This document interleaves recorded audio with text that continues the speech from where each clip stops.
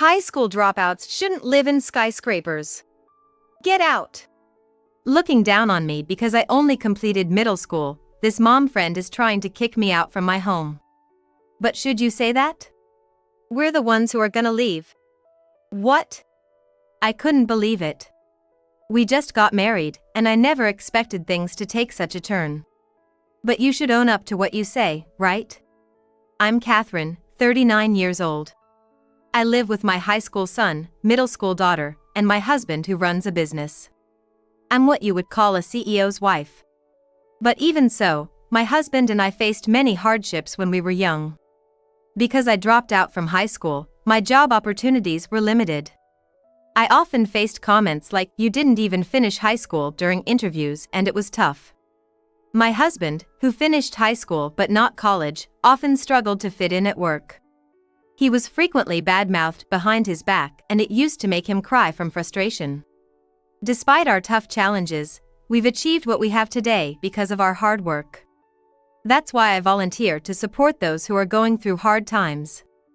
I mainly volunteer at welfare facilities and places related to children. And today, as usual, while I was volunteering, a person approached me. Curious, I turned towards the voice. "You clean up here around this time every day, right?" said the woman.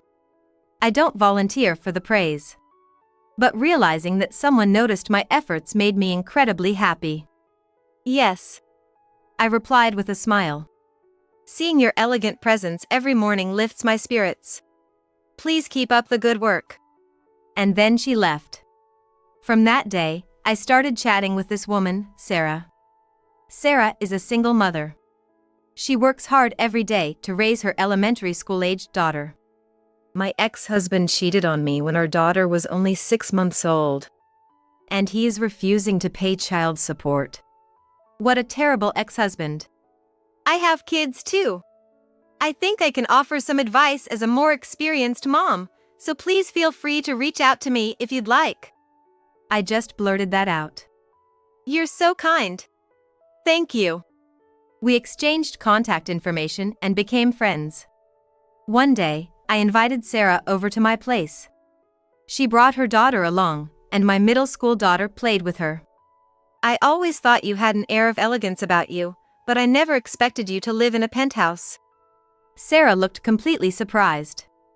I knew it, but the world you live in is so different from mine. Catherine, you're not only wealthy, but also a beautiful-hearted woman who volunteers. Sarah seemed a bit down after saying this, so I shared my past struggles with her. Hearing this, Sarah looked genuinely surprised. Now I suddenly feel much closer to you. Hearing Sarah's cheerful response, I felt relieved. Plus, I dropped out of high school, and my husband just graduated from high school. We've had our share of challenges. When I mentioned that, Sarah was truly astonished. Why did you drop out of high school? I answered Sarah's question. My father passed away early. We were quite poor. But I had a younger sister and brother, so I started working at local stores like the grocery and liquor stores instead of continuing high school. As I shared my past, Sarah looked astounded. Even I graduated from college. I always thought high school and college were a given. I can't believe Catherine, the wife of a CEO, didn't even finish high school. And that her husband only has a high school degree. Sarah just couldn't wrap her head around it. We're also a single-parent household. I have to make sure my child doesn't end up like Catherine. I understood what she meant. However, I thought she shouldn't have said that in front of me. I tried to change the topic by talking about our children. The conversation eventually shifted, and before we knew it, it was evening. I've been so mentally drained with work, parenting, and chores. This was a refreshing break. Sarah and her daughter left. Despite the awkward moment, I genuinely want to maintain my relationship with Sarah. As I was tidying up, my son and husband came back home. Ah, another day comes to an end, I thought, savoring the mundane routine, when suddenly, hey, have you seen my pencil? And I can't find my new notebook either. My eldest son started making a fuss about his missing stationery. Make sure you take care of your things. While I was busy preparing dinner, I didn't really pay much attention to my son's story about losing something. Now, I deeply regret not listening more carefully to my son's missing stuff story back then. One day, while I was volunteering as usual, I bumped into Sarah, who seemed to be on her way to work, and we exchanged greetings. Then Sarah said, "Could you make some time for me soon? I have something important to discuss with you." Of course, I replied and waved her off. But I couldn't help but wonder, what's this important thing she wants to discuss? I kept thinking about Sarah throughout my volunteer work that day. Then on Sarah's day off, "Come on, let's study over here." My daughter beckoned Sarah's little girl into her room. She really feels like a little sister to her. Sarah smiles as she watches the girls. I wonder if she's ready to become a big sister. Although Sarah's eyebrows are slightly furrowed, her overall expression is bright. What did she mean by becoming a big sister? Curious, I asked Sarah. Eagerly, as if she'd been waiting for the question, Sarah began. "The thing is, I'm getting remarried." "Really?" I was taken aback. I'd known she had a boyfriend, but this was unexpected. So, becoming a big sister probably meant they might be expecting a child. What a joyous news. "I'm so happy for you. Congratulations." I congratulated Sarah. "Thank you. And I'd love for you to come to the wedding." She's inviting me to her wedding. That's such a sweet offer. I'd be thrilled if your husband could attend as well. By this time, our families had become close, so Sarah probably invited my husband too. I'll talk to him as soon as he gets home. That day, we were all excited talking about Sarah's upcoming wedding and her baby on the way. Then Sarah made a surprising remark. "You know, my fiancé is quite well off. And guess where we're moving? Right into this skyscraper here." This area is a bit on the rural side. It's the only skyscraper around here. "So, I'll get to see you all the time now, Sarah." Imagine that, having a friend living in the same building. How could I not be thrilled? Yes, that's right. But, Sarah's expression remained the same. "I'm sorry, I'm feeling a bit nauseous from the morning sickness. May I use your restroom?" With that, she headed to the bathroom. I've had 2 kids, so I know how rough morning sickness can be. Probably that is why she couldn't show her excitement earlier. Must be those hormones acting up. I made myself to believe that Sarah's earlier lack of enthusiasm was because of pregnancy-related discomfort. There'd be no other reason for Sarah not to be joyful. I was confident with the trust Sarah had in me. But she's been in the restroom for quite a while now. I hope she's okay. Feeling concerned, I started to head towards the restroom. "Oh, I'm sorry for taking so long." As I reached for the living room doorknob, Sarah came back. "Are you all right?" I approached Sarah, noticing she looked a bit pale. "I'm sorry for worrying you. I think I'll head home now." She must have been feeling quite ill. "Thanks for sharing the wedding news, even though you're not feeling well." I said my goodbyes as I saw her off. I hope Sarah finds the happiness she deserves. I genuinely wished this from the bottom of my heart. That evening, when my husband and son got home, we discussed Sarah's upcoming wedding, and both of them conveyed their blessings. It was decided, all 4 of us would attend. On the wedding day. "Mom! Can't find my favorite handkerchief. Have you seen it?" Lately, my son has been making a fuss about missing items. Having recently finished stressful college entrance exams and starting college, he's probably let his guard down. "It's 'cause you're so messy that you tend to lose things," I remarked with a hint of exasperation, to which my son made a displeased face. Trying to soothe my son, our family hopped into the car and headed to the wedding venue. But the traffic was terrible, and it seemed we were gonna be late. Even though we left an hour early. "Looks like there was a pileup," my husband murmured. I quickly called the wedding venue to notify them about our delay. We arrived way later than planned than we expected. "I can't believe we're so late. I feel terrible for Sarah." We all adore Sarah, so with a heavy heart, we proceeded to the venue. The staff informed us The ceremony will be over in about 10 minutes. It's best you wait outside. Well, there's nothing we can do now. There's gonna be a reception afterwards, right? We'll offer our apologies there. So, we decided to wait for the ceremony to end. Soon enough, guests started pouring out. Huh? Isn't that my sales director? And there's the sales manager. Why do I recognize so many faces? Turned out, a lot of attendees were from my husband's company. What on earth is going on? My family and I were puzzled by my husband's comments. Boss, is that you? Good to see you. I had no idea you'd be here. Upon noticing my husband, several coworkers rushed over to greet him.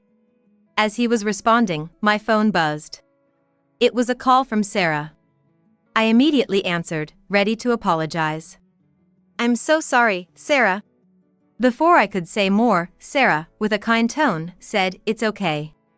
She continued. I'd like to see you, so I'm coming over to where you are. I've just finished changing my dress. She mentioned that she'd be coming over to us. However, my husband was busy talking to his colleagues, and our kids said they were gonna explore the venue for a bit, looking for Instagrammable spots. So, no one was around me. It's a shame, especially since Sarah is making the effort to come over. Just as I was pondering, a voice called out, "Sorry for the wait." Sarah arrived, looking stunning in a bright red chiffon dress. I was about to compliment her when she said, chuckling, "Now I'm the winner. Not like you. Dropouts shouldn't live in luxury apartments. Get out." Excuse me?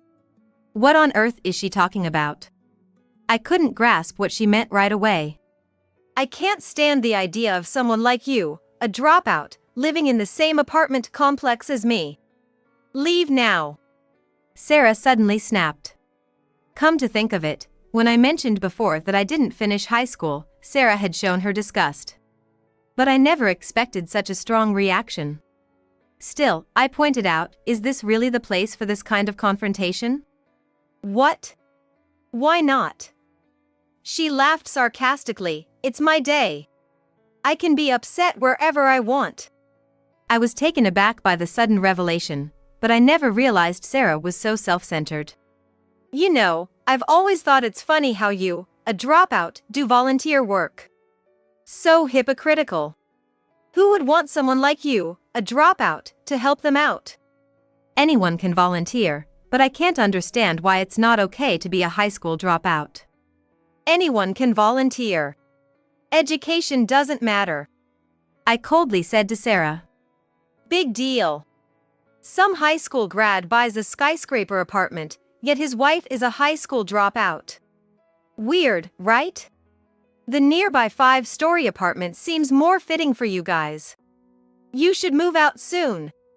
Your presence is lowering the value of that fancy apartment. Sarah's loud, mocking laughter drew the attention of the guests attending the wedding, including my husband and kids.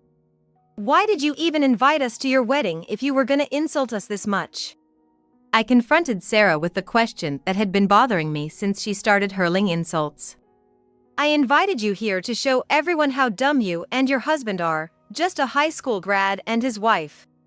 Everyone attending today's wedding has a college degree. They all look down on you too. I was taken aback that Sarah had planned this entire humiliation. All we wanted was for our sincere congratulations to be acknowledged. Being late to a wedding? Typical for the out-of-touch low-education couple.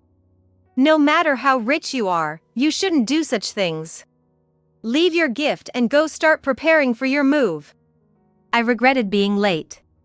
But Sarah's behavior was beyond unacceptable. Get out! And not just from this wedding hall, but from that skyscraper too. Sarah's shrill voice echoed throughout the hall. Suddenly, a man in a tuxedo appeared, stating, "We'll be the ones leaving." What are you talking about? The previously excited Sarah was now calm. That's my company's CEO you're insulting. What's your problem? CEO! Apparently, many of the wedding attendees were employees from my husband's company because the groom was one of his employees. You work at the high school grad CEO's company? A shocked Sarah received a nod from the groom. No way! I can't believe it! Sarah was trembling. Come to think of it, Sarah knew my husband was a CEO but didn't know which company he led. Why? Why didn't you tell me anything? If I'd known from the beginning. If I had known. Now she was getting defensive. Enough's enough. Apologize now and let's get out of here. The groom tried to calm an upset Sarah. I can't believe this. If I had known, I would have kept buttering them up. Darn it. My plan's ruined. Sarah threw a tantrum. Because the bride was in such a state, there was a buzz among the attendees. Suddenly, there was a sharp snap, and a dull sound echoed throughout the already resonant hallway of the wedding venue. The groom had slapped Sarah on the cheek. Sarah, caught off guard, couldn't utter a word. Hey! You disrespect the boss's family and then throw a fit like this? Get a grip. The groom was furious. Yeah, that's right. Even if you're the bride, you can't insult the boss and his family. Yeah, he's right. The husband's co-workers unanimously scolded Sarah. Why? What did I do? What's wrong with mocking a dropout? All of you are just as dumb as this stupid family. Sarah spat out these words and stormed off. Hey! Wait up! The groom chased after Sarah. I followed closely behind.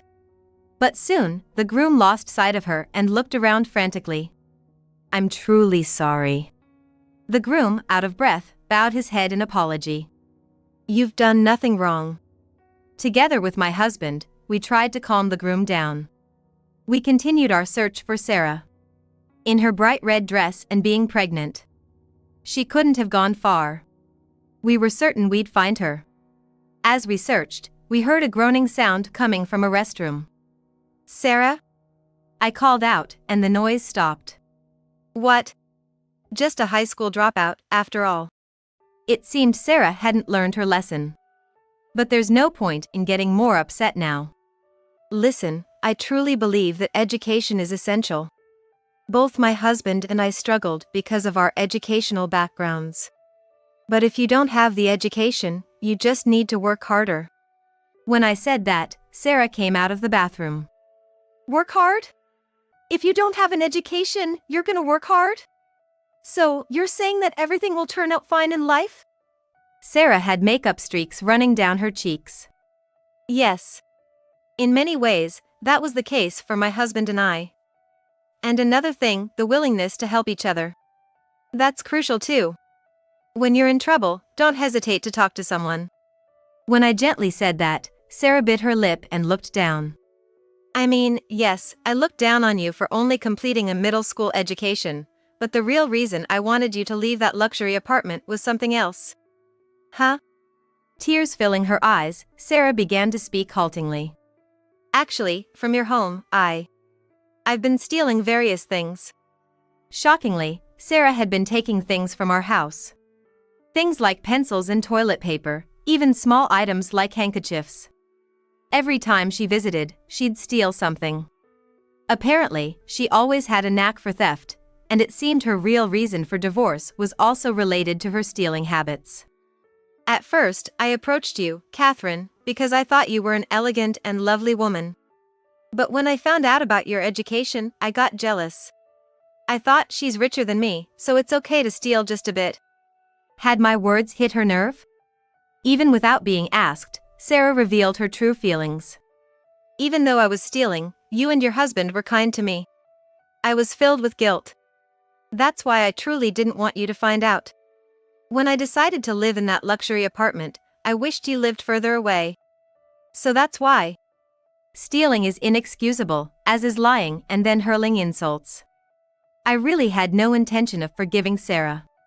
But I've been through hard times myself. I've been doing volunteer work for years, wanting to help others. So, I can tell when someone's really struggling. Sarah, you're struggling right now, aren't you? If you could stop your thieving habits, you would, right? I leaned in and asked Sarah, and she burst into tears. Despite everything she had done, as someone who does volunteer work, I couldn't abandon Sarah. I might seem foolish, but merely blaming someone won't help anyone. Shut. Suddenly, Sarah muttered something. Huh? When I asked her to repeat, she yelled. I said shut up. That's why you seem so hypocritical. Just when I thought Sarah had knocked me down, a sharp pain shot through my face. I'm so freaking mad. Normally, when someone realizes their stuff's been stolen, they get mad, right? But what's with you? You're so damn creepy. Sarah cried out in tears. Sarah's tears dropped onto my face. This is all messed up because of you. My wedding, my life. If I'd never met someone like you. If I hadn't met a dropout like you. Sarah continued her rage without trying to stop herself. Stop it. Finally, I managed to grab both of Sarah's wrists and stop her. Enough. Always blaming others like that. I get it, being pregnant can mess up your hormone balance and make you easily upset or teary-eyed. But this is way over the top. I've finally lost my patience. That's why things come back to bite you, because you hurt others without a second thought. Don't you get it yet? But. Sarah seemed like she wanted to say something but couldn't find the. Suddenly, security personnel entered the room. It seems they had already heard about Sarah's outburst. She was quickly escorted out. And to my surprise, the police were waiting for Sarah. Sarah was arrested. I didn't think Sarah would be like this. Let's divorce. Just as Sarah was about to be taken away in the police car, the groom, now her ex-husband, said that to her. Damn it. This is the worst. You've got to be kidding me. Rejected by her groom, Sarah's desolate scream echoed. A few days later, it seemed Sarah's detention was suspended due to her pregnancy. By the way, their daughter is now staying with Sarah's parents. Sometimes the daughter comes to visit and chats about various things. I don't even think of her as my mom. Despite being just a child, she seems to have a strong aversion to Sarah. Even Sarah seems to be deeply affected, reportedly sinking into severe depression. Moreover, Sarah's parents are also so disappointed in her that they are considering cutting ties. Sarah is on the brink of being abandoned by her own family. I wish I could be as strong as Catherine. After giving birth and getting bailed out, Sarah was determined to get proper counseling. However, it's hard to trust someone who lies so effortlessly. As for me, I'm sorry. I really am. I'm deeply apologizing to my son. That incident when he was so upset that he had lost something. I had no idea that Sarah had stolen it and felt remorseful for brushing it off. I told you, I didn't just lose it. Good thing it came back though. My son, still holding a grudge. Who'd have thought Sarah was like that? My daughter was taken aback as she was close with Sarah's daughter. A high school graduate CEO. Ha! I've got a long way to go. My husband, trying to see the bright side for some reason. Our family of 4 will likely face challenges again. But we want to come together and overcome them.